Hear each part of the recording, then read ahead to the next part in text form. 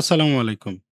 সমবায় সংক্রান্ত আমার চ্যানেলে ধারাবাহিক আলোচনায় আজকে আমি আপনাদের সাথে আলোচনা করব কিভাবে একটা সমবায় সমিতির শেয়ারের বাজার মূল্য নির্ধারণ করতে হয়। শেয়ারের বাজার মূল্য বিভিন্নভাবেই প্রভাবিত হয়ে থাকে। তার মধ্যে কয়েকটি কারণ হলো, একটা সমবায় সমিতি যদি প্রতি বছর ধারাবাহিকভাবে লভ্যাংশ বন্টন করে, অথবা ওই প্রতিষ্ঠানটি যদি পূর্বে সম্পদ ক্রয় করেছিল সেই সম্পদগুলোর মূল্য এখন অনেক বেশি হয়ে থাকে, অথবা ওই প্রতিষ্ঠান যে প্রোডাক্টটি উৎপাদন করে সেই প্রোডাক্টটির বাজারে যদি চাহিদা বেশি থাকে, সেক্ষেত্রে একটা সমবায় সমিতির শেয়ারের যে ফেস ভ্যালু থাকে সেটির চেয়ে বাজার মূল্য বেশি হয়ে থাকে। তো সমবায় আইন এবং বিধিতে বিভিন্ন প্রসঙ্গে শেয়ারের বাজার মূল্যের কথাটি উল্লেখ আছে। তাছাড়া একটা সমবায় সমিতির বর্তমান অবস্থা সম্পর্কে জানার জন্য সবচেয়ে গুরুত্বপূর্ণ বিষয় হলো ওই সমবায় সমিতিটির বর্তমান বাজার মূল্য কত সেটা জানা। তো শেয়ারের বাজার মূল্য নির্ধারণের জন্য আমাদের কাছে তিনটি পদ্ধতি বর্তমানে বিদ্যমান আছে। একটি হচ্ছে সম্পদ ভিত্তিক পদ্ধতি, আরেকটি হচ্ছে আয় ভিত্তিক পদ্ধতি, তৃতীয় নম্বর হচ্ছে ন্যায্য মূল্য পদ্ধতি। সবার বোঝার সুবিধার্থে আমি বাকি দ্বিতীয় এবং তৃতীয় পদ্ধতি দুটি আলোচনা করব না। আমি শুধুমাত্র এক নম্বর পদ্ধতি অর্থাৎ সম্পদ ভিত্তিক পদ্ধতিটা আপনাদের সাথে আলোচনা করব। সম্পদ ভিত্তিক পদ্ধতিতে শেয়ারের বাজার মূল্য নির্ধারণের জন্য আমাদেরকে প্রথমে আরেকটি অতিরিক্ত কাজ করতে হবে। সেটি হলো ওই প্রতিষ্ঠানের যে সমস্ত সম্পদগুলো থাকে সেগুলোকে আমরা বর্তমান বাজার মূল্য অনুযায়ী বিধি অনুসরণ করে সেটাকে পুনর্মূল্যায়ন করব। সম্পদের এই মূল্য কিভাবে পুনর্মূল্যায়ন করতে হয় এবং সেটি কিভাবে হিসাবের বহিতে যথাযথভাবে এন্ট্রি করতে হয় সেটি নিয়ে আমার একটা ভিডিও আছে। এই ভিডিওর উপরে আই কার্ডে ক্লিক করলে পেয়ে যাবেন, অথবা ভিডিওর ডেসক্রিপশনে আমি লিঙ্কটা দিয়ে দিব, সেখান থেকে আপনি সেটি দেখে নিতে পারবেন। যদি আপনি শেয়ারের পুনর্মূল্যায়ন করার পূর্বে সম্পদের বাজার মূল্য অনুযায়ী পুনর্মূল্যায়ন না করেন, তাহলে শেয়ারের সঠিক বাজার মূল্য মূল্যায়ন করতে পারবেন না। এবং সম্পদ পুনর্মূল্যায়ন কিভাবে শেয়ারের বাজার মূল্য নির্ধারণ ক্ষেত্রে প্রভাব ফেলে থাকে সেটি আমি এই ভিডিওতে দেখিয়ে দিব। আমি এখন স্ক্রিনে চলে যাব, সেখান থেকে আপনাদেরকে একটি উদাহরণ দিয়ে দেখিয়ে দিব কিভাবে এই কাজটি করতে হয়। এবং শেয়ারের বাজার মূল্য নির্ধারণের পর শেয়ার বিক্রি কিভাবে আপনার হিসাবের বহিতে এন্ট্রি করবেন সেটিও আমি আমার স্ক্রিনে এখন দেখিয়ে দিব। তো এখন চলে যাচ্ছি আমার কম্পিউটার স্ক্রিনে।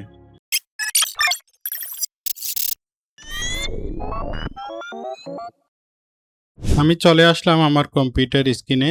এখানে দেখতে পাচ্ছেন যে প্রতিটি শেয়ারের বাজার মূল্য নির্ধারণের জন্য একটি সূত্র উল্লেখ করেছি। এই সূত্রটি হচ্ছে সম্পদ ভিত্তিক পদ্ধতিতে শেয়ারের বাজার মূল্য নির্ণয় করার সূত্র। এখানে দেখতে পাচ্ছেন প্রথমত মোট সম্পদ থেকে অদৃশ্য, ভুয়া এবং অলীক সম্পদ বাদ দিতে হবে। সেখান থেকে বহির্দেয় যেটা থাকবে সেটা বাদ দিতে হবে। বাদ দেওয়ার পর যেই ফলাফল দাঁড়াবে সেটাকে বিক্রিত শেয়ার সংখ্যা দিয়ে ভাগ দিতে হবে। তাহলে প্রতিটি শেয়ারের বাজার মূল্য নির্ণয় হয়ে যাবে গাণিতিকভাবে। এখন দেখুন, আমি বাম পাশে একটি ব্যালেন্স শিট প্রদর্শন করছি আর ডান পাশে এখানে সূত্রটি উল্লেখ করেছি। একই সাথে এই ব্যালেন্স শিট থেকে গণনা কিভাবে করতে হয় সেটা আমি এখানে দেখিয়েছি। এর পরবর্তীতে এই গণনার ফলে যে রেজাল্টটি আসছে সেটি আমি এখানে দেখিয়েছি। প্রথমত সূত্রটির জন্য কি কি রিকোয়ারমেন্টসগুলো দরকার সেগুলোর ব্যাখ্যা আমি দিচ্ছি। সেটা হচ্ছে প্রথমত মোট সম্পদ দরকার। এই মোট সম্পদটি আছে ব্যালেন্স শিটের সম্পদ পাশের যোগফল আর ব্যালেন্স শিটের মোট দায়ের যোগফল সেম একই। মোট সম্পদের যোগফলটা হচ্ছে মোট সম্পদ। এখান থেকে বাদ যাবে অদৃশ্য, ভুয়া এবং অলীক সম্পদ। অদৃশ্য, ভুয়া এবং অলীক সম্পদ থাকে অদৃশ্য সম্পদের মধ্যেই।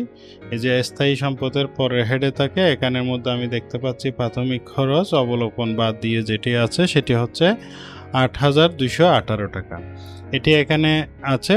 এরপরে যেটা দরকার সেটা হচ্ছে বহির্দায়। বহির্দায় মানে হলো ওই প্রতিষ্ঠানের মালিক ছাড়া বাহিরের পক্ষ যে টাকাটা পায় সেটা হচ্ছে বহির্দায়। এর মধ্যে কি কি হেড আছে? এর মধ্যে ধরেন এই যে চলতি দায়গুলো সবগুলো বহির্দায়।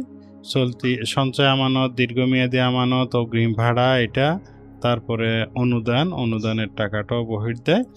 এরপরে আপনার অনুদানের টাকাটা আবার অনেক সময় নিজস্ব তহবিলের মধ্যেও যায়, এটা ধরনের উপর নির্ভর করে। তো আমি এখানে বহির্দেয় হিসেবে ধরছি।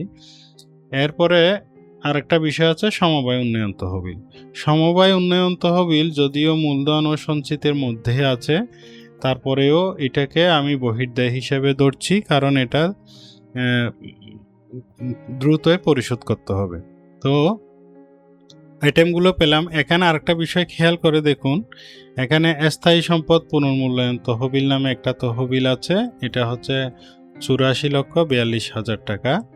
এটার কারণ হলো এখানে যে স্থায়ী সম্পদগুলো আছে এগুলোকে পুনর্মূল্যায়ন করে সম্পদের মূল্য বৃদ্ধি করা হয়েছে, অর্থাৎ বর্তমান সময়ের সাথে ভারসাম্য রেখে বর্তমান যুগ উপযোগী সম্পদের যে মূল্য দাঁড়ানোর কথা সেই মূল্যটি এখানে ওই ফিগারে প্রদর্শন করা হয়েছে, এবং এর ফলে যে পার্থক্যটা সৃষ্টি হয়েছে সেটাকে স্থায়ী সম্পদ পুনর্মূল্যায়ন তহবিল নামে দায় পাশে রাখা হয়েছে।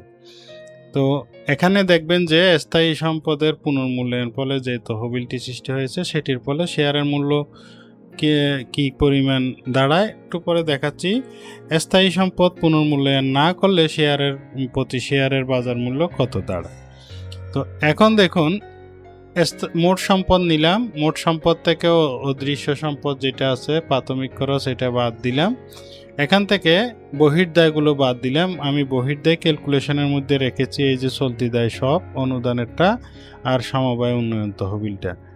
এই 5টা আইটেম যোগ করার ফলে আমার আসছে 1,96,42,478 টাকা।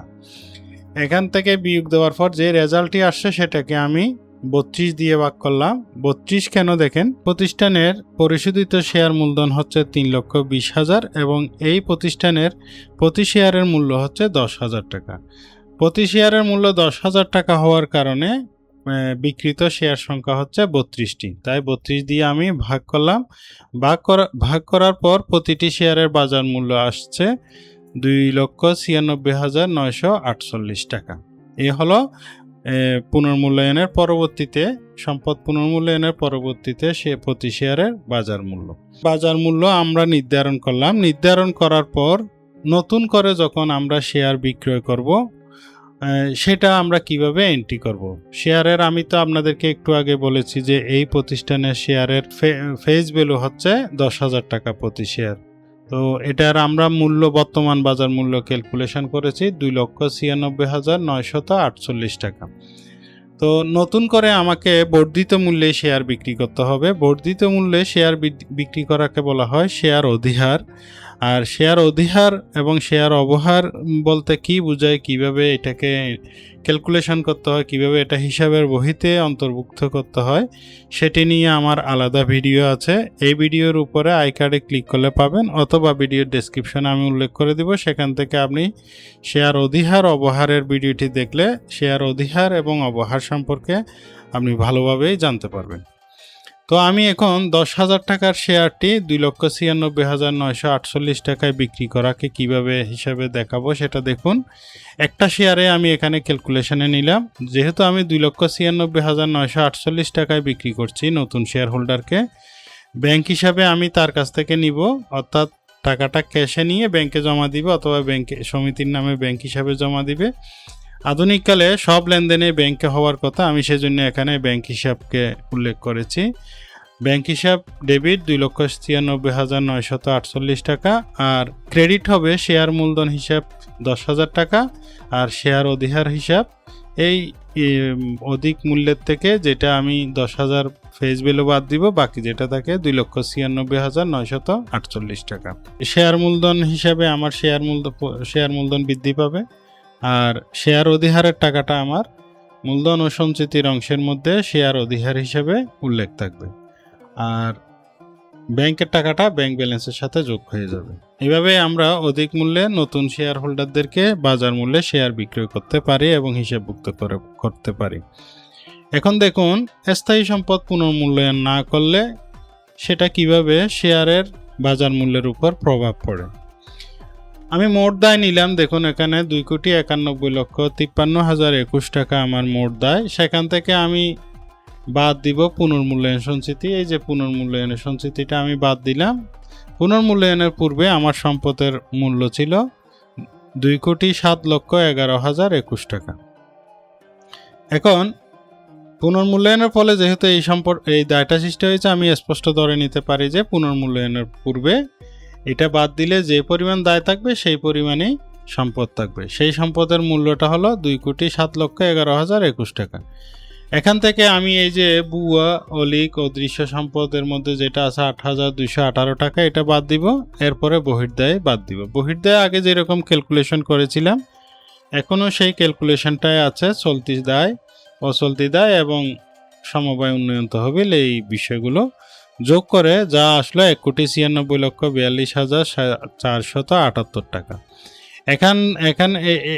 এটা বিয়োগ দেওয়ার পর যে রেজাল্ট আসবে সেটাকে আমি 32 দিয়ে ভাগ করলাম। 32 দিয়ে ভাগ করার ফলে যেটা দাঁড়ালো সেটা হলো 25 শেয়ারের বাজার মূল্য 33,135 টাকা। তো এবার দেখুন, আগে ছিল আমাদের 2,96,948 টাকা 25 শেয়ারের বাজার মূল্য, আর এখন হলো 33,135 টাকা 25 শেয়ারের বাজার মূল্য। তো এইভাবে এই স্থায়ী সম্পদ পুনর্মূল্যায়ন না করলে শেয়ারের বাজার মূল্যের উপর প্রভাব পড়ে থাকে, সেটি দেখলেন। এই ছিল সম্পদের ভিত্তিতে প্রতি শেয়ারের বাজার মূল্য কিভাবে গাণিতিকভাবে ক্যালকুলেশন করতে হয় সেটির ভিডিও।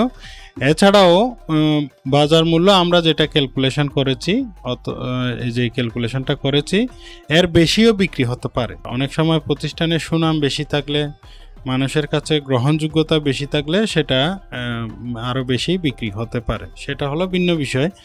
আবার দেখা যাচ্ছে যে পুরাতন সদস্যরা নতুন সদস্যের কাছে যে বিক্রি করে, শেয়ার হস্তান্তর করার মাধ্যমে বিক্রি করে, সেক্ষেত্রে তারা আলোচনার মাধ্যমে বা তাদের যে ডিল হয় সেই ভিত্তিতে সেই মূল্যটা নির্ধারণ হয়। সেটা অবশ্য আমাদের এখানে সমিতির হিসাবের মধ্যে খুব একটা প্রভাব পড়ে না। এরকম হস্তান্তর করার জন্য যে সামান্য কিছু শেয়ার হস্তান্তর ফি রাখা হয়, সেটা আমাদের সমবায় সমিতির লাভ হিসাবে আসে। কিন্তু শেয়ারের মূল্য যে ওরা যে নিজেরা পুরাতন সদস্য নতুন সদস্য তারা অথবা পুরাতন সদস্যের মধ্যে নিজেরা যে বিক্রি করে অধিক মূল্যে, সেটার প্রভাব সমিতির উপরে খুব একটা পড়ে না। কোনোভাবে এটা সমিতির শেয়ার মূলধনের উপর প্রভাব পড়ে না। এই হলো মোটামুটি শেয়ারের বাজার মূল্য নির্ধারণের সম্পদ ভিত্তিক পদ্ধতিটি আমি সাধারণভাবে আপনাদের সাথে আলোচনা করলাম। এরপরে যদি কোনো বিষয় আপনি আর বুঝে না এসে থাকে তাহলে অবশ্যই কমেন্ট করে জানাবেন, আমি কমেন্টে আপনার প্রশ্নের উত্তর দিয়ে দিব। আর সমবায় সংক্রান্ত কোন বিষয়ে ভিডিও প্রস্তুত করলে ভালো হবে বলে আপনি মনে করেন সেটা কমেন্ট করে জানাবেন। আমি চেষ্টা করব সেই অনুযায়ী আপনাদের জন্য ভিডিও প্রস্তুত করতে। তো এই ভিডিওটি যদি আপনাদের ভালো লেগে থাকে তাহলে অবশ্যই লাইক বাটনে ক্লিক করবেন। এখনো যদি আপনি আমার চ্যানেলটি সাবস্ক্রাইব করে না থেকে থাকেন তাহলে অবশ্যই আমার চ্যানেলটি সাবস্ক্রাইব করবেন। এবং দেখা হবে পরবর্তী ভিডিওতে। সে পর্যন্ত ভালো থাকুন। আসসালামু আলাইকুম।